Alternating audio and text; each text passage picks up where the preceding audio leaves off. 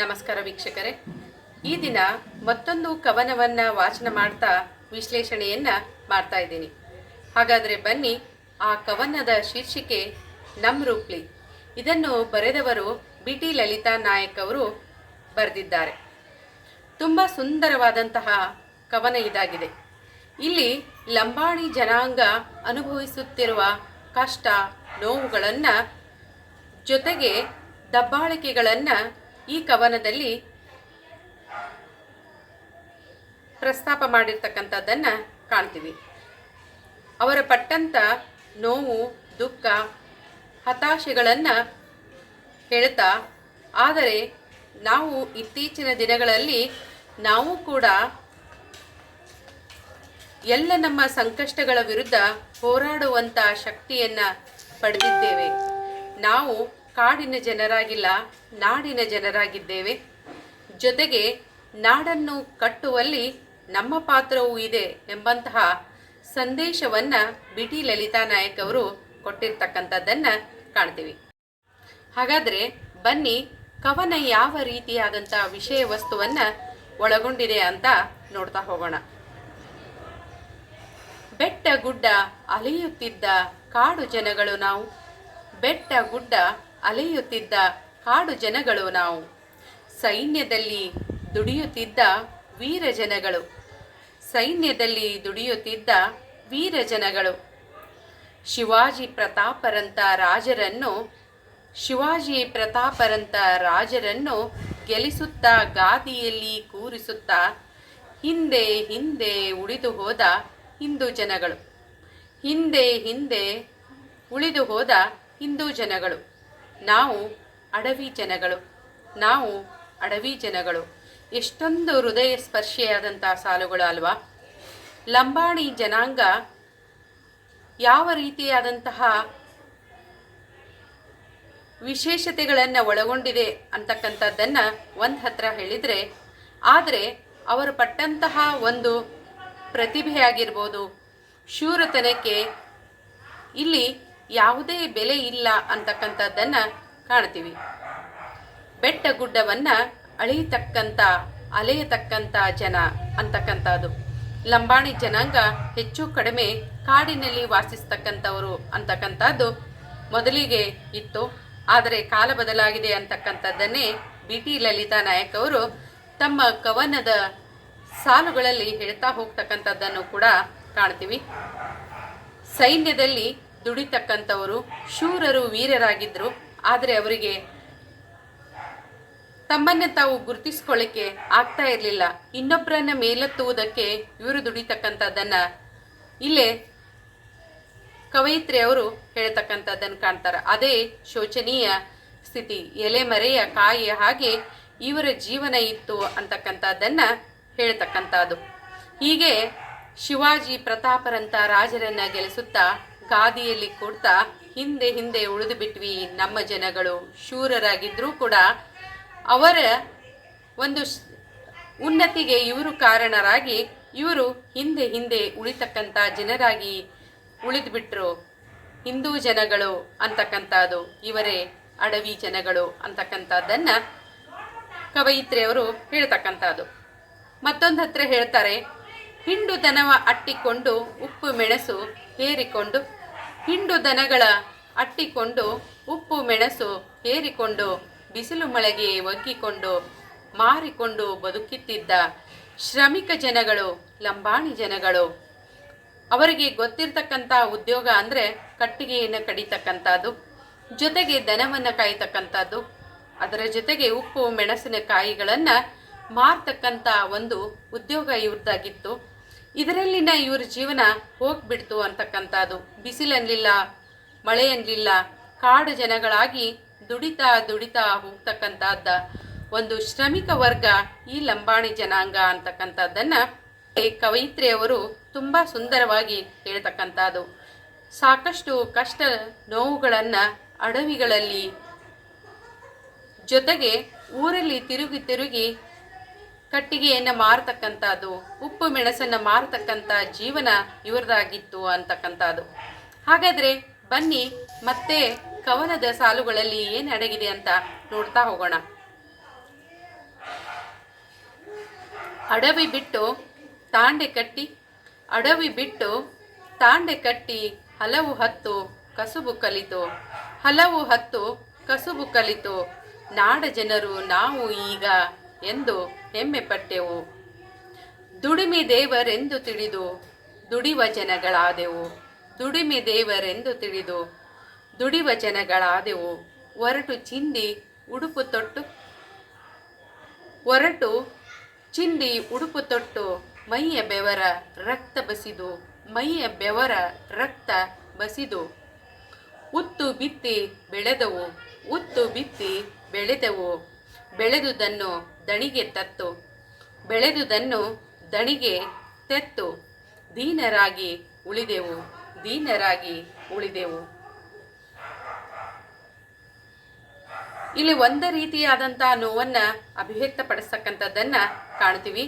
ಕಾಡಿನ ಜನಗಳು ಕೂಡ ನಾಡಿನ ಜನರಾಗಬೇಕೆಂಬ ಹಂಬಲ ಇದ್ದೇ ಇರುತ್ತೆ ಅಲ್ವಾ. ಕೊನೆಗೆ ಕಾಡಿನಿಂದ ನಾಡಿಗೆ ಬಂದು ತಾಂಡಗಳನ್ನು ಕಟ್ಟತಕ್ಕಂಥದ್ದು. ಆವಾಗ ಒಂದು ರೀತಿಯ ಹೆಮ್ಮೆ, ನಾವು ನಾಡಿನ ಜನಗಳಾಗಿದ್ದೀವಿ ಅಂತ. ಅಷ್ಟೇ ಸಾಲದು, ನಾಡಿಗೆ ಬಂದ ನಂತರ ಉದ್ಯೋಗವನ್ನು ಮತ್ತೆ ಹುಡುಕ್ಲೇಬೇಕು. ನಾನಾ ವಿಧವಾದಂತಹ ಉದ್ಯೋಗಗಳನ್ನು ಅರಸಿ ಕೆಲಸ ಕಾರ್ಯಗಳನ್ನು ಮಾಡ್ತಾ ಇದ್ರು. ಜೊತೆಗೆ ಒರಟು ಚಿಂದಿ ಬಟ್ಟೆಗಳನ್ನು ಜೋಡಿಸಿ ತೊಟ್ಟುಕೊಳ್ತಕ್ಕಂಥದ್ದು, ಮೈಯಲ್ಲಿರ್ತಕ್ಕಂಥ ರಕ್ತವನ್ನು ಬಸಿದು ದುಡಿತಾ ಇದ್ರು. ಉತ್ತುತ್ತಿದ್ರು, ಬಿತ್ತುತ್ತಿದ್ರು, ಬೆಳೀತಿದ್ರು. ಬೆಳೆದಂತಹ ಬೆಳೆ ಅವರ ಪಾಲಾಗದೆ ದಣಿಗಳ ಪಾಲಾಗ್ತಿತ್ತು. ದಣಿಗಳಿಗೆ ಕೊಟ್ಟು ಮತ್ತೆ ಕೊನೆಗೆ ದೀನರಾಗಿ ಉಳಿತಕ್ಕಂಥದ್ದು. ಕಾಡಿನಿಂದ ನಾಡಿಗೆ ಬಂದ್ವಿ ಅಂತ ಒಂದು ಹೆಮ್ಮೆ ಆದರೆ, ಉತ್ತು ಬಿತ್ತದ್ದನ್ನೆಲ್ಲ ದಣಿಗಳಿಗೆ ಕೊಟ್ಟು ಮತ್ತೆ ಬಡವರಾಗಿನ ಉಳಿಯುವಂಥ ಸಂದರ್ಭಗಳು ಇದ್ವು ಅಂತಕ್ಕಂಥದ್ದನ್ನು ಕವಯಿತ್ರಿಯವರು ಹೇಳ್ತಕ್ಕಂಥದ್ದು. ನಮ್ಮ ರೂಪ್ಲಿ ರಮಣೀಯರನು ಕಚ್ಚೆ ಹರುಕ ಧನಿಕ ನಾಯಿ. ನಮ್ಮ ರೂಪ್ಲಿ ರಮಣೀಯರನು ಕಚ್ಚೆ ಹರುಕ ಧನಿಕ ನಾಯಿ. ಕಣ್ಣು ಹಾಕಿ ಕಾಡುತ್ತಿರಲು ಮೌನವಾಗಿ ಅತ್ತೆವು, ಒಳಗೊಳಗೆ ಸತ್ತೆವು. ಮೌನವಾಗಿ ಅತ್ತೆವು, ಒಳಗೊಳಗೆ ಸತ್ತೆವು. ಪ್ರತಿಭಟನೆ ಮಾಡುವುದಕ್ಕೂ ಕೂಡ ಅವಕಾಶ ಇದ್ದಿದ್ದಿಲ್ಲ. ಒಂದು ಸಂದರ್ಭದಲ್ಲಿ ಎಷ್ಟೋ ಸಾರ್ಗಿ ದುಡಿಯುವಂಥ ಸ್ಥಳಗಳಲ್ಲಿ ಅವರ ಮೇಲೆ ಕೆಟ್ಟ ದೃಷ್ಟಿಕೋನವನ್ನು ಹರಿಸಿದಾಗಲೂ ಕೂಡ ಅವುಗಳನ್ನು ಧಿಕ್ಕರಿಸುವಂತಹ ಮತ್ತು ಪ್ರತಿಭಟಿಸುವಂತಹ ಮನೋಭಾವ ಲಂಬಾಣಿ ಹೆಣ್ಣು ಮಕ್ಕಳಿಗೆ ಇದ್ದಿದ್ದಿಲ್ಲ ಅನ್ನೋದನ್ನು ಹೇಳ್ತಕ್ಕಂಥದ್ದು. ಅದಕ್ಕಾಗಿ ಅವರಿಗೆ ಹೋರಾಡುವಂಥ ಪರಿಸ್ಥಿತಿ ಇದ್ದಿದ್ದಿಲ್ಲ. ಒಳಗೊಳಗೆ ಯೋಚನೆ ಮಾಡ್ತಾ ಮಾಡ್ತಾ ಸಾಯ್ತಿದ್ವಿ ಅಂತಕ್ಕಂಥ ಮಾತನ್ನು ಕೂಡ ಇಲ್ಲಿ ಲೇಖಕಿಯರು ಹೇಳ್ತಕ್ಕಂಥದ್ದು. ಹಿಟ್ಟು ನುಚ್ಚು ಗಿಟ್ಟದಾಗ ತುಣುಕು ರೊಟ್ಟಿ ಸಿಕ್ಕಿದಾಗ, ಹಿಟ್ಟು ನುಚ್ಚು ಗಿಟ್ಟದಾಗ ತುಣುಕು ರೊಟ್ಟಿ ಸಿಕ್ಕದಾಗ, ಒಲೆಯು ಉರಿಯ ಕಾಣದಾಗ ಹಾಡಿ ಹಾಡಿ ಕುಣಿದೆವು. ಹಾಡಿ ಹಾಡಿ ಕುಣಿದೆವು. ಹಸಿವು ದಣಿವು ಮರೆತೆವು, ರಸಿಕ ಜನಗಳಾದೆವು. ಹಸಿವು ದಣಿವು ಮರೆತೆವು, ರಸಿಕ ಜನಗಳಾದೆವು. ಹಸಿವು ಅಂತಕ್ಕಂಥದ್ದು ತುಂಬ ಕೆಟ್ಟ ಅಂಥ ಒಂದಿಷ್ಟು ವಿಚಾರಗಳನ್ನು ಲೇಖಕಿ ಇಲ್ಲೇ ಪ್ರಸ್ತಾಪ ಮಾಡ್ತಕ್ಕಂಥದ್ದು. ಎಷ್ಟೋ ಸಾರ್ಗಿ ಅವರಿಗೆ ಉಣ್ಣಲು ಆಹಾರ ಕೂಡ ಇರ್ತಾ ಇದ್ದಿದ್ದಿಲ್ಲ. ಅಂಥ ಸಂದರ್ಭಗಳಲ್ಲಿ ಅವರು ಮನರಂಜನೆಯ ಮೂಲಕ ಹಸಿವನ್ನು ಮರಿತಾ ಇದ್ರು. ಕುಣಿತಕ್ಕಂಥದ್ದು, ಕುಣಿದು ಕುಣಿದು ಹಸಿವನ್ನು ಮರೆತು ಹೋಗಿಬಿಡ್ತಾ ಇದ್ರು ಅಂತಕ್ಕಂಥದ್ದನ್ನು ಇಲ್ಲಿ ಕವಯಿತ್ರಿಯವರು ಹೇಳ್ತಕ್ಕಂಥದ್ದು. ಅದರ ಜೊತೆಗೆ ಆದರೀಗ ಮನದ ನೋವು ನಿಜದ ಅರ್ಥ ಪಡೆದಿದೆ. ಆದರೀಗ ಮನದ ನೋವು ನಿಜದ ಅರ್ಥ ಪಡೆದಿದೆ. ತಡೆಯಲಾಗದಂಥ ರೋಷ ಉಕ್ಕಿ ಭರಿತವಾಗಿದೆ. ತಡೆಯಲಾಗದಂಥ ರೋಷ ಉಕ್ಕಿ ಭರಿತವಾಗಿದೆ. ಎಷ್ಟು ದಿನ ಅಂತ ಗುಲಾಮಗಿರಿಯನ್ನು ಮಾಡಲಿಕ್ಕೆ ಸಾಧ್ಯ? ಎಷ್ಟು ದಿನ ಅಂತ ಸುಮ್ಮನೆ ಕೂಡಲಿಕ್ಕೆ ಸಾಧ್ಯ? ಮನುಷ್ಯ ರೊಚ್ಚಿಗೆ ಎಳ್ಳೇಬೇಕು. ಅದೇ ರೀತಿಯಾಗಿ ಇಲ್ಲೇ ಲಂಬಾಣಿ ವರ್ಗದವರು ಕೂಡ ರೊಚ್ಚಿಗೆದ್ರು ಅಂತಕ್ಕಂಥ ಮಾತನ್ನು ಹೇಳ್ತಕ್ಕಂಥದ್ದು. ಅವರು ಪಟ್ಟಂಥ ನೋವುಗಳಿಗೆ, ದುಃಖಕ್ಕೆ ಅವರು ಗಟ್ಟಿಯಾಗಿ ತಮ್ಮನ್ನು ತಾವು, ತಮ್ಮ ಜೀವನವನ್ನು ತಾವು ಕಟ್ಟಿಕೊಳ್ಳಲಿಕ್ಕೆ, ಸಬಲರಾಗಲಿಕ್ಕೆ ಪ್ರಯತ್ನ ಪಡಲಿಕ್ಕೆ ಪ್ರಾರಂಭಿಸಿದ್ರು ಅಂತಕ್ಕಂಥದ್ದನ್ನ ಕವಯಿತ್ರಿಯವರು ಇಲ್ಲಿ ಅಭಿವ್ಯಕ್ತಪಡಿಸಿರ್ತಕ್ಕಂಥದ್ದನ್ನ ಕಾಣ್ತೀವಿ. ನಮ್ಮ ರಸಿಕ ಹಾಡು ಈಗ ಗುಡುಗಿನಂತೆ ಮೊಳಗಿದೆ. ಲಂಬಾಣಿ ಹಾಡುಗಳು ಅಂತ ಅಂದ್ರೆ ತುಂಬಾ ರಾಗಬದ್ಧವಾಗಿ, ಕೇಳಲು ಸುಂದರವಾಗಿ, ಕಿವಿಗೆ ಮಧುರವಾಗಿ, ಇಂಪಾಗಿ ಕೇಳಿಸ್ತಕ್ಕಂಥದ್ದು. ಆದರೆ ಈಗ ಆ ಇಂಪು ದನಿಯಲ್ಲಿಯೂ ಕೂಡ ಗುಡುಗಿನ ರೀತಿಯಲ್ಲಿ ನಾದ ಬರ್ತಾ ಇದೆ ಅಂತ ಹೇಳ್ತಕ್ಕಂಥದ್ದು. ಅಂದ್ರೆ ಇಲ್ಲೇ ತಮಗೆ ಆಗತಕ್ಕಂಥ ನೋವು ಮತ್ತು ಶೋಷಣೆಯನ್ನ ಪ್ರತಿಭಟಿಸುವ ಮನೋಭಾವನೆ ಲಂಬಾಣಿ ವರ್ಗಕ್ಕೆ ಬಂದಿದೆ ಅಂತಕ್ಕಂಥದ್ದನ್ನ ಕವಯಿತ್ರಿಯವರು ಅಭಿವ್ಯಕ್ತಪಡಿಸ್ತಕ್ಕಂಥದ್ದನ್ನ ಕಾಣ್ತೀವಿ. ಕುಣಿತ ರುದ್ರ ನಾಟ್ಯವಾಗಿ ವಂಚಕರದೆ ನಡುಗಿದೆ. ಕುಣಿತ ರುದ್ರ ನಾಟ್ಯವಾಗಿ ವಂಚಕರದೆ ನಡುಗಿದೆ. ಕಾಡು ಕಡೆಯ ಬೆಲ್ಲ ಕತ್ತಿ, ಕಾಡು ಕಡೆಯ ಬಲ್ಲ ಕತ್ತಿ, ನಾಡು ಕಟ್ಟಬಲ್ಲ ಶಕ್ತಿ, ನಾಡು ಕಟ್ಟಬಲ್ಲ ಶಕ್ತಿ, ದಲಿತ ತೋಳಲಡಗಿದೆ. ಕೊಬ್ಬಿ ಮೆರೆವ ವರ್ಗಕ್ಕಿದನು ಕೂಗಿ ಹೇಳಬೇಕಿದೆ. ಕೊಬ್ಬಿ ಮೆರೆವ ವರ್ಗಕ್ಕಿದನು ಕೂಗಿ ಹೇಳಬೇಕಿದೆ. ಕಿವಿಗೆ ಇಂಪಾಗಿ ಸುಂದರವಾಗಿ ಕೇಳ್ತಕ್ಕಂಥ ಹಾಡು, ಹಾಡಿನಲ್ಲಿ ಈಗ ಗುಡುಗು ಕೇಳ್ತಾ ಇದೆ ಅಂತಕ್ಕಂಥದ್ದು. ಅವರ ನಾಟ್ಯ ರುದ್ರ ನಾಟ್ಯವಾಗಿ ಬದಲಾವಣೆಗೊಂಡಿದೆ. ವಂಚಕರ ಎದೆಯನ್ನ ನಡಗಿಸುತ್ತದೆ ಅಂತಕ್ಕಂಥ ಮಾತನ್ನ ಇಲ್ಲಿ ಬಹಳ ಸುಂದರವಾಗಿ ಅಭಿವ್ಯಕ್ತಪಡಿಸಿರ್ತಕ್ಕಂಥದ್ದನ್ನ ಕಾಣ್ತೀವಿ. ಜೊತೆಗೆ ಕಾಡನ್ನ ಕಡಿಯುವಂತ ಕತ್ತಿ ಈಗ ನಾಡನ್ನ ಕಟ್ಟಬಲ್ಲದು ಅನ್ನುವಂಥ ವಿಶ್ವಾಸಭರಿತವಾದಂತಹ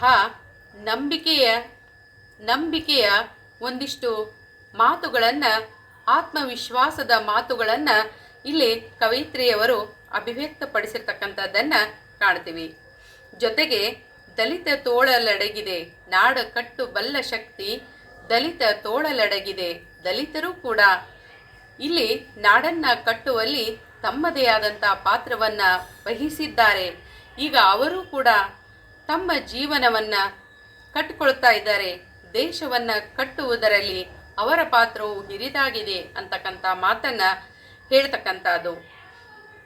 ಕೊಬ್ಬಿ ಮೆರೆವ ವರ್ಗಕ್ಕಿದನು ಕೂಗಿ ಹೇಳಬೇಕಿದೆ. ಶ್ರಮಿಕ ವರ್ಗವನ್ನ ತುಳಿಯಲ್ಪಡ್ತಕ್ಕಂಥ ಅನೇಕ ಜನರಿಗೆ ಒಂದು ಉತ್ತರ ಈ ಕವನವಾಗಿದೆ ಅನ್ನುವುದನ್ನ ಇಲ್ಲಿ ಲೇಖಕಿ ತುಂಬಾ ಸುಂದರವಾಗಿ ಹೇಳ್ತಕ್ಕಂಥದ್ದು. ಒಟ್ಟಾರೆಯಾಗಿ ನಾವು ಈ ಕವನದ ಕುರಿತಾಗಿ ಅವಲೋಕಿಸ್ತಾ ಹೋದಾಗ ಲಂಬಾಣಿ ಜನ ಹಿಂದಿನ ಒಂದು ಕಾಲಗಳಲ್ಲಿ ಶೋಷಣೆಗೆ ಒಳಗಾಗ್ತಾ ಇತ್ತು. ಅವರು ಕಾಡಿನಲ್ಲಿನೇ ಇರ್ತಾ ಇದ್ರು. ನಾಡಿಗೆ ಬರುವಂತ ಅವಕಾಶಗಳು ಬರ್ತಾ ಇದ್ದಿದ್ದಿಲ್ಲ. ಕಾಡಿನ ಹಕ್ಕಿಗಳಾಗಿದ್ರು. ಆದರೆ ಕಾಲ ಬದಲಾದಂತೆ ಅವರೂ ಕೂಡ ನಾಡಿಗೆ ಬಂದ್ರು ಅಂತಕ್ಕಂಥದ್ದು. ಜೊತೆಗೆ ಅವರು ಕೂಡ ನಾಡನ್ನ ಕಟ್ಟುವಂತ ಶಕ್ತಿಯನ್ನ ಪಡೆದುಕೊಂಡ್ರು ಅಂತಕ್ಕಂಥದ್ದನ್ನ ಕವಯಿತ್ರಿಯವರು ಹೇಳ್ತಕ್ಕಂಥದ್ದನ್ನ ಕಾಣ್ತೀವಿ. ಅವರು ಪಟ್ಟಂತ ಪಾಡು, ಅವರು ಅನೇಕ ಉದ್ಯೋಗಗಳನ್ನ ಅರಸಿ ಮಾಡ್ತಕ್ಕಂಥದ್ದು, ಹೊಟ್ಟೆ ಹಸಿವಿಗಾಗಿ ಬಳಲ್ತಕ್ಕಂಥದ್ದು, ಆ ಹಸಿವನ್ನ ತಣಿಸುವುದಕ್ಕೋಸ್ಕರವಾಗಿ ಕುಣಿತಕ್ಕಂಥದ್ದು, ಕುಣಿದು ಕುಣಿದು ಹಸಿವನ್ನ ಮರಿತಕ್ಕಂಥದ್ದು. ಜೊತೆಗೆ ಅವರ ಹೆಣ್ಣು ಮಕ್ಕಳ ಮೇಲೆ ಜನರ ಕೆಟ್ಟ ದೃಷ್ಟಿಯನ್ನ ಈಗ ಧಿಕ್ಕರಿಸುವ ಮನೋಭಾವ ಉಂಟಾಗಿದೆ. ಹೀಗೆ ಹಲವಾರು ವಿಚಾರಗಳನ್ನು ಈ ಕವಿತೆಯಲ್ಲಿ ಅಭಿವ್ಯಕ್ತಪಡಿಸಿರ್ತಕ್ಕಂಥದ್ದನ್ನ ಕಾಣ್ತೀವಿ. ಕಾಲ ಬದಲಾಗಿದೆ. ವರ್ಗಗಳ ಅನೇಕ ಹಿಂದುಳಿದ ವರ್ಗಗಳು ಕೂಡ ಸಾಕಷ್ಟು ಬದಲಾವಣೆಗೊಂಡಿವೆ. ತಮ್ಮ ಜೀವನವನ್ನ ಕಟ್ಟಿಕೊಂಡಿವೆ. ಕಾಡಿನ ಜನರು ನಾಡಿನ ಜನರಾಗಿದ್ದಾರೆ. ನಾಡನ್ನ ಕಟ್ಟುವಲ್ಲಿ ಮುಂಚೂಣಿಯಲ್ಲಿ ನಿಲ್ತಾ ಇದ್ದಾರೆ ಅಂತಕ್ಕಂಥ ಮಾತುಗಳನ್ನ ಕವಯಿತ್ರಿಯವರು ಈ ಕವಿತೆಯಲ್ಲಿ ಹೇಳ್ತಕ್ಕಂಥದ್ದನ್ನ ಕಾಣ್ತೀವಿ. ಈ ಸುಂದರವಾದಂಥ ಕವಿತೆಯನ್ನ ನಮಗೆ ಓದಲು ಕೊಡಮಾಡಿದ ಬಿ.ಟಿ. ಲಲಿತಾ ನಾಯಕ್ ಅವರಿಗೆ ಅನಂತ ಅನಂತ ಧನ್ಯವಾದಗಳು. ಅದೇ ರೀತಿ ತಮಗೂ ಕೂಡ ಧನ್ಯವಾದಗಳು. ಮತ್ತೊಂದಿಷ್ಟು ವಿಚಾರಗಳ ಮೂಲಕ ಮತ್ತೆ ಭೇಟಿಯಾಗೋಣ.